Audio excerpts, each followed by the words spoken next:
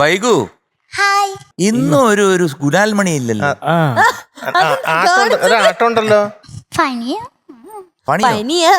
പനി. പനി. ആ ശരി, പനി ആയതുകൊണ്ട് കൂടുതൽ ചോദിക്കുന്നില്ല. നല്ല ഡ്രസ്സാണ്, നല്ല അഴകാ ഇருக்கு പാക്കതുക്ക്. ரொம்ப அழகான பொண்ணு. അഴകാന പൊണ്ണ്. ഈ അയ്യപ്പ ബൈജുവിനെ കണ്ടിട്ടുണ്ടോ? മിമിക്രിയൊക്കെ അവതരിപ്പിക്കണത്, എപ്പോഴും കള്ളുകൂടിയനായിട്ട് അഭിനയിക്കുന്നത്. പുള്ളി ഇങ്ങനെ സ്റ്റേജിൽ വന്ന് ഇങ്ങനെ ആടും ഒരു നിപ്പുണ്ട്. മുണ്ടൊക്കെ മടക്കി കുത്തിയിട്ടേ ഇതേ. അമ്മേ അങ്ങനെ ഒരു ആട്ടമുണ്ട്. കോണിയാക്കിന്റെ ഒരു ഗുണമേ. മധുസാറിന് എന്തൊരു വ്യത്യാസം. എന്താ വ്യത്യാസം? താടി അവിടെ പനി അങ്ങ് മറക്കുക. ഏത് പാട്ടാ പാടുന്നേ? മഞ്ഞുമാസം. എന്റെ ദൈവം, അതിന് മഞ്ഞ പനി കൂടും. അണ്ണാച്ചി, എനിക്ക് തോന്നുന്നു കഴിഞ്ഞ തവണ വന്ന് പനി ഛർദിലെന്നൊക്കെ പറഞ്ഞപ്പോഴേ 100 കിട്ടിയല്ലോ. കുറച്ച് പനിയാണെന്ന് പറഞ്ഞു കഴിഞ്ഞാൽ 99 കിട്ടുമോ? ഇല്ല, അതല്ല. ആണ്. രണ്ടും പോയിനി. പക്ഷേ അപ്പൊ ഇനി പാട്ട് പാടി തണുപ്പ് ഒരു വിറ. മാർക്ക് പോയിനിയാവരുത്. അല്ല, രണ്ടും പോയിനി. പക്ഷെ ഒരു വിറവലല്ലേ, ഒരു തണുപ്പ്, കുളിര്. ഒരു തണുപ്പ്,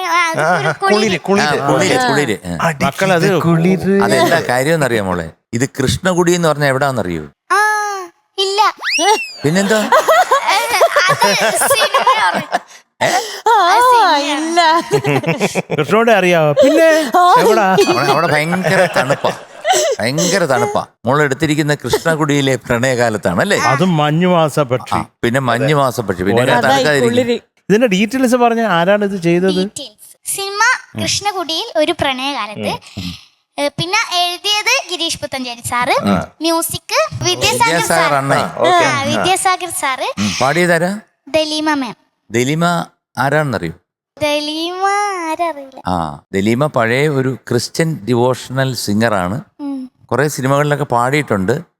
ഇപ്പം അരൂര് MLA ആണ് ദലീമ. അസല് പാട്ടുകാരിയ.